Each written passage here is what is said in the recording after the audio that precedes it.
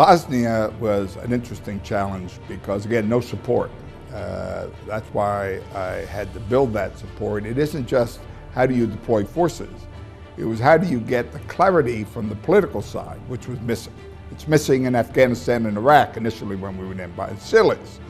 But I fought for this. That's why I was asked to come back and brief the president, which I did, to get that decision. I had 4 conditions for success: clarity of mission, unity of command, robust rules of engagement, and timely political decisions. And the 4th one is the most difficult one to get because politicians will drag it out as long as they can. So I came back and briefed the president in the Oval Office with all his national security team. And in the end, it's a relationship you build with the president as one of his commander-in-chiefs, and you say, he said, he approves. That's what I needed. I then was asked by Dick Holbrooke, who was working the Dayton Peace Accords, to go to Dayton. So Secretary Perry and I went to Dayton. It was, again, surreal.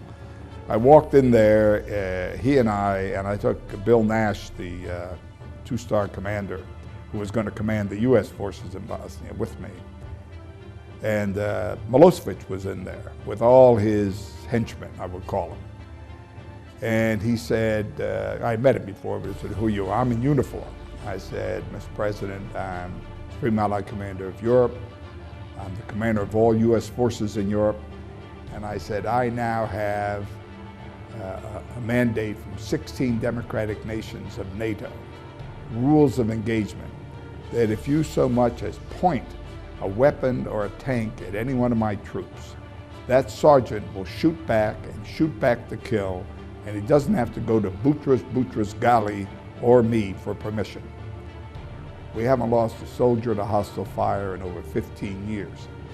And before that, he was embarrassing, humiliating, killing the UN forces that were there. Later he said to Holbrooke, "Who is this crazy guy you got in charge of NATO?"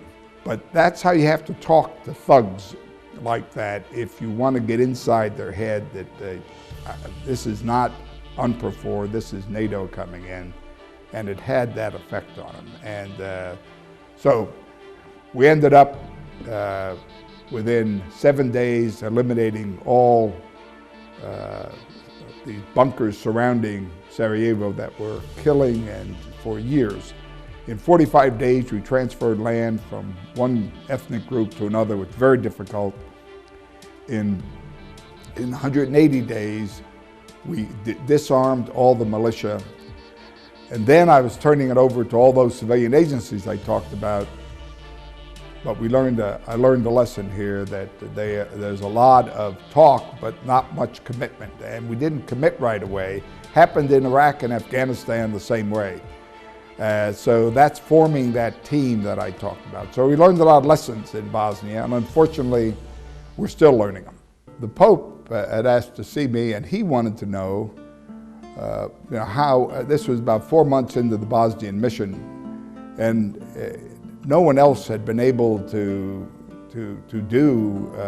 bring peace to that country. And in a very short months, we were able to do it with 3 vicious warring factions that had been killing each other for decades, if not centuries.